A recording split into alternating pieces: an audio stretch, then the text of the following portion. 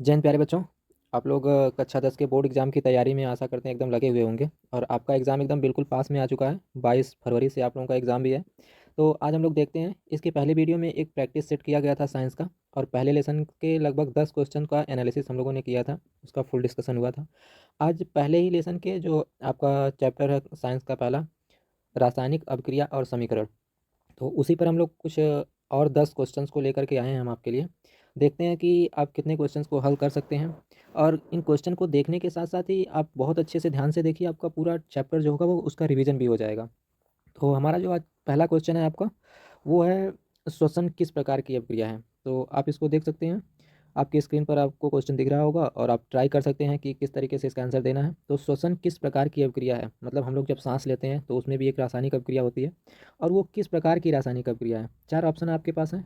पहला तो है आपका उपचयन, दूसरा ऑप्शन है संयोजन, तीसरा है अपचयन और एक चौथा ऑप्शन है आपको ऊष्माक्षेपी। तो जब इस तरीके से आपको ऑप्शंस दिए गए हों तो आप क्या करेंगे, एक तो ये तरीका है कि आप डायरेक्ट आंसर आपको आता हो। अगर आपको डायरेक्ट आंसर नहीं आता तो किस तरीके से आप आंसर तक पहुंच सकते हैं, इसका भी हम लोग एनालिसिस करेंगे आज। आपको बताया जाएगा, सीखने की कोशिश करिए थोड़ा। आप लोग क्योंकि पहली बार एग्जाम देने जा रहे हैं तो ज़रूर आपको ये सारी चीज़ें आती रहनी चाहिए। और चूँकि बहुविकल्पी क्वेश्चन आपको 20 आने हैं तो 20 नंबर बहुत ही महत्वपूर्ण होते हैं, आपको पासिंग मार्क दिलवा सकते हैं 20 नंबर अगर आ जाएँ तो। तो यहाँ से देखिए आप, उपचयन, उपचयन का मतलब होता है ऐसी अभिक्रिया जिसमें ऑक्सीजन जुड़ता हो। तो श्वसन के बारे में पहले आप समझिए कि श्वसन किस प्रकार से होता है। तो श्वसन में हम लोगों के पास ग्लूकोज होता है, यानी कि ग्लूकोज का फार्मूला अगर आपने देखा हो तो C6H12O6, इस तरीके से फार्मूला रहेगा। और जब हम सांस लेते हैं तो सांस में ऑक्सीजन आती है, हवा में से हम लोग ऑक्सीजन को सोखते हैं और ऑक्सीजन जैसे ही आएगा हमारे शरीर में, इस ग्लूकोज से अभिक्रिया करता है और ये ऑक्सीजन कार्बन से अभिक्रिया करके कार्बन डाइऑक्साइड बनाता है। जैसा कि आप लोगों को पता ही होगा, हम लोग कार्बन डाइऑक्साइड गैस छोड़ते हैं और इसके साथ साथ ये हाइड्रोजन ऑक्सीजन से क्रिया करके जल भी बनाता है, तो H2O का निर्माण होता है। और साथ ही साथ यहाँ पर ऊष्मा निकलती है, तो हीट जनरेट होती है, यानी कि ऊष्मा बनेगी, ऊष्मा। और यही ऊष्मा जो होती है आप हमें ऊर्जा देने का काम करेगी, इसी से हम काम करते हैं। तो इस अभिक्रिया में देख सकते हैं आप कि ग्लूकोज है और ये ग्लूकोज जो है ऑक्सीजन से क्रिया कर रहा है, तो ग्लूकोज के साथ ऑक्सीजन जुड़ करके कार्बन डाइऑक्साइड, जल और ऊष्मा का निर्माण करता है। तो कोई भी अभिक्रिया जब उसमें ऊष्मा निकलती है तो ऐसी अभिक्रिया को हम लोग बोलते हैं ऊष्माक्षेपी अभिक्रिया। लेकिन यहाँ ऑप्शन क्या दिया, ऊष्माशोषी, तो इसका मतलब ये ऑप्शन आपका गलत है। दूसरा संयोजन एक ऑप्शन दिया था। संयोजन में क्या होता है कि कोई एक पदार्थ रहता है ए और एक दूसरा पदार्थ रहता है कोई बी मान लीजिए, ये दोनों आपस में जुड़ जाते हैं और एक ही केवल उत्पाद बना देते हैं ए बी। तो यहाँ तो देख रहे हैं कि दो दो उत्पाद बन रहा है, कार्बन डाइऑक्साइड और जल भी बन रहा है, तो दो दो उत्पाद बना, इसका मतलब ये संयोजन अभिक्रिया का भी गलत है। अपचयन में क्या होता है कि अपचयन को भी आप थोड़ा समझ लें, ऐसी अभिक्रिया जिसमें हाइड्रोजन जाके जुड़ता है। कोई अगर मान लीजिए पदार्थ यक्स है और इसके साथ अगर आकर के हाइड्रोजन जुड़ गया, मान लीजिए हमने हाइड्रोजन से अभिक्रिया करवाया और यक्स के साथ आकर के हाइड्रोजन जुड़ जाता है, तो ऐसी अभिक्रिया को हम लोग अपचयन अभिक्रिया बोलते हैं। तो यहाँ हाइड्रोजन तो जुड़ नहीं रहा बल्कि क्या जुड़ रहा है, ऑक्सीजन जुड़ रहा है। तो ये अपचयन वाला भी ऑप्शन आपका गलत है। तो अगर आपको डायरेक्ट आंसर नहीं आता है तो ये तरीके हैं आपके पास कि आप इस तरीके से ऑप्शन तक पहुँच सकते हैं। और वैसे अब यहाँ से बस एक ही ऑप्शन बचता है, उपचयन। उपचयन को ही हम ऑक्सीकरण भी कहते हैं। उपचयन एक ऐसी अभिक्रिया होती है जिसमें ऑक्सीजन आकर के जुड़ता है, तो यहाँ ऑक्सीजन जुड़ रहा है, इसलिए आपका ऑप्शन नंबर ए जो होगा वो सही हो जाएगा, उपचयन। तो श्वसन एक प्रकार की उपचयन अभिक्रिया है। इसी को कभी कभी नाम बदल के दे देता है, तो आपको याद रखना है, ऑक्सीकरण भी कहते हैं इसको, ऑक्सीकरण। तो उम्मीद करते हैं आपको ये क्वेश्चन अच्छे से समझ में आया होगा। चलिए देखते हैं, अब अगले क्वेश्चन की तरफ बढ़ते हैं हम लोग। तो हमारा अगला जो क्वेश्चन है, देखिए ये क्वेश्चन आपको जो दिया गया है, यहाँ से देखा जाए तो कॉपर ऑक्साइड है और हाइड्रोजन के साथ अभिक्रिया कर रहा है, तो बन रहा है कॉपर और यहाँ से बन रहा है जल। यह किस प्रकार की अभिक्रिया है। तो यहाँ देखा जाए, अगर हम लोग ध्यान से देखें तो इस अभिक्रिया में क्या हो रहा है कि एक जगह पे तो आप कॉपर ऑक्साइड है और हाइड्रोजन आपका है, ये अभिक्रिया कर रहे हैं जब, तो बना रहे हैं दो पदार्थ, एक तो कॉपर बना और दूसरा आपका यहाँ से जल बन गया। इस अभिक्रिया में देखिए क्या हुआ है कि यहाँ कॉपर के साथ देखिए ऑक्सीजन है और यहाँ कॉपर के साथ ऑक्सीजन नहीं है। समझिएगा अच्छे से एकदम आपको। तो कॉपर था, इसके साथ ऑक्सीजन जुड़ा था अभिकारक के रूप में, लेकिन हो क्या गया, आगे जब ये उत्पाद के रूप में आया तो इसमें से ऑक्सीजन हट गया, यानी हो क्या रहा है, ऑक्सीजन हट जा रहा है, माइनस लगाने का मतलब है ऑक्सीजन इसमें से हट गया। दूसरा चीज़ यहाँ पर देखें तो हाइड्रोजन अकेले है, अकेले है, और उत्पाद के रूप में जब देखेंगे तो हाइड्रोजन इसके साथ आकर के ऑक्सीजन जुड़ गया है। तो हाइड्रोजन अकेले था लेकिन यहाँ ऑक्सीजन आकर के जुड़ गया, तो यहाँ ऑक्सीजन आपको क्या हो रहा है, जुड़ रहा है।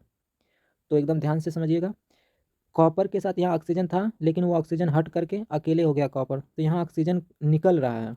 और हाइड्रोजन में क्या हो रहा है, ऑक्सीजन जाके जुड़ रहा है। तो जहाँ ऑक्सीजन निकलता है उसको बोलते हैं हम लोग अपचयन, अपचयन। और दूसरा चीज़ है जहाँ पे आपका ऑक्सीजन जुड़ता है उसको बोलते हैं उपचयन, उपचयन। तो इस सब क्रिया में आप देखें कि क्या हो रहा है कि यहाँ उपचयन भी हो रहा है और यहाँ आक्सिक अपचयन भी हो रहा है। तो जब अपचयन और उपचयन दोनों एक साथ होता है जिस अभिक्रिया में, ऐसी अभिक्रिया को हम लोग बोलते हैं रिडॉक्स अभिक्रिया। तो इस अभिक्रिया में चूंकि अपचयन भी हुआ उपचयन भी हुआ तो ये अभिक्रिया हो गई रिडॉक्स अभिक्रिया। और आप थोड़ा समझ लीजिए, अब उपचयन क्या होता था इसको याद करके रखना चाहें आप तो उपचयन में क्या होता है कि जब किसी पदार्थ में ऑक्सीजन जाकर के जुड़ता है तो ऐसी अभिक्रिया को हम लोग बोलते हैं उपचयन अभिक्रिया। तो उपचयन अभिक्रिया का परिभाषा भी आपको याद रह जाएगा। अपचयन अभिक्रिया क्या होती है पूछ लिया जाए तो ऐसी अभिक्रिया जिसमें ऑक्सीजन निकलता है, अगर ऑक्सीजन निकलेगा तो ऐसी अभिक्रिया को हम लोग बोलते हैं अपचयन अभिक्रिया। उदासीनीकरण में क्या होता है, ऐसी अभिक्रिया जिसमें अम्ल और क्षार अभिक्रिया करके लवण और जल बनाते हैं, यानी उदासीनीकरण अभिक्रिया में लवण बनेगा और जल बनेगा। तो ये सारे ऑप्शन आपके हो गए गलत और केवल एक ऑप्शन हो गया सही, तो आपका ये ऑप्शन नंबर डी सही हो जाएगा। और यहाँ से देखिए कितना एनालिसिस आपको मिल जाएगा, बहुत अच्छे से आपको समझ में आ जाएंगी चीज़ें। तो चलिए आगे चलते हैं, अगला क्वेश्चन देखते हैं हम लोग का। देखिए अब क्वेश्चन नंबर 3 है आज का, और ये टोटल सीरीज का आपका 13वां क्वेश्चन है। आपने अगर पिछला सीरीज 10 क्वेश्चन का नहीं देखा है तो आप उसको देख लें, बहुत ही हेल्पफुल होगा आपके लिए एग्जाम में, अच्छे से आपको चीज़ें समझ में आ जाएंगी। बस आपको 10-20 मिनट एकदम धैर्य से अच्छे से ध्यान से देखना है। इस क्वेश्चन में पूछा गया है कि इलेक्ट्रॉन के स्थानांतरण से बने यौगिक कहलाते हैं। तो क्या कहलाते हैं भैया ऐसे यौगिक को? देखिए मान लीजिए कोई एक पदार्थ है ए और एक तो पदार्थ है आपके पास बी। ये मान लीजिए आपका धातु है और धातुएं जो होती हैं वो इलेक्ट्रॉन देती हैं। तो मान लेते हैं इसके पास एक इलेक्ट्रॉन ज़्यादा था, अब इसने क्या किया, इस वाले के पास एक इलेक्ट्रॉन कम था, इसने अपना एक इलेक्ट्रॉन इसको दे दिया। तो जब ऐसी अभिक्रिया होगी तो ये क्या हो जाएगा, ए तत्व पर धनावेश आ जाएगा और बी पर ऋणावेश आ जाएगा। ऐसे तत्वों को यौगिकों को हम लोग बोलेंगे अब विद्युत संयोजी यौगिक। ठीक, तो जहाँ पर इलेक्ट्रॉनों का स्थानांतरण होता है, स्थानांतरण ध्यान में रखें, ऐसी अभिक्रिया को या ऐसे यौगिक को हम लोग बोलते हैं वैद्युत संयोजी यौगिक। और सहसंयोजी में क्या होता है इसको भी थोड़ा जान लें, जहाँ पे साझेदारी होती है, यानी कि इलेक्ट्रॉनों का अगर साझा होगा, साझा होता तब ऐसी अभिक्रिया को हम लोग बोलते हैं वैद्युत ये संयोजी यौगिक हो जाते। लेकिन चूंकि यहाँ सॉरी सहसंयोजी यौगिक हो जाते अगर इलेक्ट्रॉनों का साझा होता, और चूंकि यहाँ पे स्थानांतरण हो रहा है तो इसलिए विद्युत संयोजी यौगिक हो जाएगा। तो ये दो चीज़ें आप ध्यान में रखें, सहसंयोजी और विद्युत संयोजी को। चलिए अगला क्वेश्चन देखते हैं। आपका जो क्वेश्चन नंबर 4 है, ये पूछा गया कि नीचे दी गई अभिक्रिया के लिए कौन सा कथन सत्य है। तो इसको देखिए आप कि नीचे दी गई अभिक्रिया जो है इसमें एक कॉपर है, कॉपर हो गया, और कॉपर के साथ आपको दिया गया है ऑक्सीजन, और बन क्या रहा है आपका यहाँ पर CuO। अब देखिए भाई, कॉपर जब ऑक्सीजन से क्रिया करता है तो बना दे रहा है कॉपर का ऑक्साइड। अब इस अभिक्रिया को अगर आप ध्यान से देखें, अभी पहले ही जवाब दिया गया था कि जब किसी अभिक्रिया में ऑक्सीजन जाके जुड़ता है, तो यहाँ देखिए कॉपर अकेले था लेकिन जब उत्पाद के रूप में आया तो कॉपर के साथ ऑक्सीजन जुड़ गया है, तो ऑक्सीजन जुड़ रहा है। तो ऑक्सीजन के जुड़ने को हम लोग बोलते थे उपचयन, उपचयन।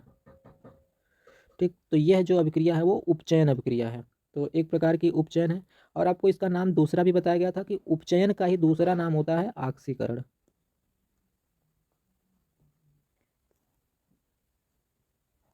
ऑक्सीकरण। तो आप इन चीज़ों को ध्यान में रखें, ऑक्सीकरण हो गया ये दूसरा नाम उसी का। तो यहाँ से जो है कॉपर का ऑक्सीकरण हो रहा है, तो ये ऑप्शन आपका सही हो जाएगा। चलिए अगला क्वेश्चन देखते हैं हम लोग। नेक्स्ट क्वेश्चन जो हमारा निम्न अभिक्रिया में समीकरण किस प्रकार का है। तो इस क्वेश्चन को एकदम बढ़िया से आप लोग समझिए, थोड़ा जरिए देखिए तो क्या हो रहा है कि आपके पास एक है हाइड्रोजन। क्या हो जा रहा है जी? अच्छा, चलिए देखिए आप लोग, हाइड्रोजन है और हाइड्रोजन के साथ हमने अपक्रिया करवा दी है क्लोरीन की। जब हाइड्रोजन क्लोरीन के साथ अपक्रिया कर रहा है तो ये बना दे रहा है एक पदार्थ HCl, हाइड्रोजन क्लोराइड। यानी कि दो पदार्थ थे और दो अभिकारक थे, हाइड्रोजन और क्लोरीन, दोनों आपस में जुड़ करके केवल एक उत्पाद बना रहे हैं। यहाँ पे देखिए एक ही उत्पाद बन रहा है। तो जब एक उत्पाद केवल बनता है और कई अभिकारक हों तो ऐसी अभिक्रिया को हम लोग बोलते हैं संयोजन अभिक्रिया। तो ये उदाहरण हो गया आपका संयोजन अभिक्रिया का। अच्छा, बाकी अभिक्रियाओं को भी आप थोड़ा समझ लें जल्दी जल्दी, तो आपके लिए एग्जाम में काम आ जाएगा बहुत अच्छे तरीके से। अपघटन अभिक्रिया क्या होती है? तो जब कभी आपके पास कोई दो एक अभिकारक हो, मान लीजिए AB, एक ही अभिकारक है लेकिन जब ये रासायनिक अभिक्रिया करेगा तो टूट करके दो उत्पाद बना देगा। तो एक ठो उत्पाद हो गया A और एक हो गया B। तो ऐसी अभिक्रिया को हम लोग बोलते हैं अपघटन अभिक्रिया। इसी का दूसरा नाम होता है वियोजन अभिक्रिया। चलिए, संयोजन अभिक्रिया यहाँ समझा ही दिया गया था कि जब दो अभिकारक आपस में जुड़ करके एक उत्पाद बनाते हैं तो संयोजन अभिक्रिया। तीसरा देखिए कि द्विविस्थापन अभिक्रिया क्या है। तो द्विविस्थापन अभिक्रिया कैसे समझेंगे आप? इसमें दो यौगिक रहते हैं, एक होगा कोई AB मान लो और दूसरा एक यौगिक होगा मान लीजिए आपके पास C और D। तो इसको कैसे पहचानेंगे आप? कि ऐसी अभिक्रिया जिसमें आयनों का स्थानांतरण होता है। तो ये क्या करेगा, A के साथ यहाँ पे देखिए B वाला था, तो जब रासायनिक अभिक्रिया होगी तो A के साथ ये D वाला आ जाएगा। अगर कहीं ऐसा हो जा रहा है कि A के साथ यौगिक एक नया बन जा रहा है वो D वाला, और दूसरा क्या होगा B, सॉरी, A के साथ हो जाएगा D, ठीक है। अब दूसरा चीज़ जो रहेगा वो आपका B के साथ जो होगा वो C वाला आ जाएगा। तो B जो होगा वो C के साथ चला जाए। तो ऐसा देखो, A के साथ D वाला आयन आ गया और B के साथ C वाला आयन आ गया। तो यहाँ क्या हो रहा है, आयनों का स्थानांतरण हो रहा है। यानी एक यौगिक का आयन दूसरे के साथ और दूसरे वाले का आयन पहले वाले के साथ आ जाता है। तो ऐसी अभिक्रिया को हम लोग बोलते हैं द्विविस्थापन। यहाँ दो दो तत्वों का विस्थापन हो रहा है और दोनों देखिएगा ध्यान से, दोनों यौगिक के रूप में थे। ऐसा नहीं कि एक यौगिक है दूसरा तत्व है, लेकिन यहाँ पे क्या है, दोनों यौगिक हैं और बन भी दो यौगिक रहे हैं। तो ऐसी अभिक्रिया को हम लोग बोलते हैं द्विविस्थापन अभिक्रिया। एक और टॉपिक आपका इसमें दिया हुआ था कि एक विस्थापन अभिक्रिया क्या है। तो विस्थापन अभिक्रिया देख लीजिए। विस्थापन अभिक्रिया ऐसी अभिक्रिया होती है जिसमें एक यौगिक होगा AB और इसके साथ एक तत्व होगा, कोई धातु होगा आपका C। इसमें देखो यौगिक था दोनों, लेकिन यहाँ पे क्या होगा, एक यौगिक होगा लेकिन दूसरा कोई धातु होगी। अब ये धातु क्या करती है, इस A वाली धातु से ज़्यादा क्रियाशील होगी। तो जब एक धातु किसी दूसरी धातु से ज़्यादा क्रियाशील होती है तो उसको विस्थापित कर देती है। तो क्या बन जाएगा, यहाँ से A की जगह आ जाएगा C और ये वाला आ जाएगा B। तो ऐसी हो जाएगा और ये जो A वाला B के साथ था ये हट जाएगा, अकेले हो जाएगा। तो ऐसी अभिक्रिया कहीं देखना कि एक ज़्यादा क्रियाशील धातु किसी कम क्रियाशील धातु को अगर विस्थापित कर दे उसके यौगिक से, तो ऐसी अभिक्रिया को हम लोग बोलते हैं विस्थापन अभिक्रिया। इसको पहचानने का यही तरीका है, एकदम अच्छे से आप पहचानने की कोशिश करें कि एक तो यौगिक होगा और दूसरा तत्व होगा और धातु के रूप में होगा, वो धातु होगा। और बगल दूसरा जो अभिकारक होगा, अभिकारक में भी एक अकेला तत्व रहेगा और वो धातु ही होगा कोई, और यहाँ पे एक यौगिक बनेगा। तो ऐसी अपक्रियाएं जो हो जाएंगी वो आपकी एक विस्थापन अपक्रिया हो गई। तो यहाँ से आप सब अपक्रियाओं को सीख सकते हैं। और चूँकि वीडियो ज़्यादा लंबा हो जाएगा तो आज के लिए बस 5 ही क्वेश्चन है। आपको अच्छे से एनालिसिस करवाया गया है सभी अपक्रियाओं के बारे में, तो आप एकदम बढ़िया से देखिए इस वीडियो को। एक बार में नहीं समझ में आ पाता तो इसको दोबारा आप देख सकते हैं। मिलेंगे अगली वीडियो में फिर से 5 क्वेश्चंस के साथ। आपने कितने क्वेश्चन का जवाब दिया ये आप अपनी परीक्षा की तैयारी के लिए जांच कर सकते हैं। तो अगले वीडियो में मिलेंगे हम, तब तक के लिए जय हिंद।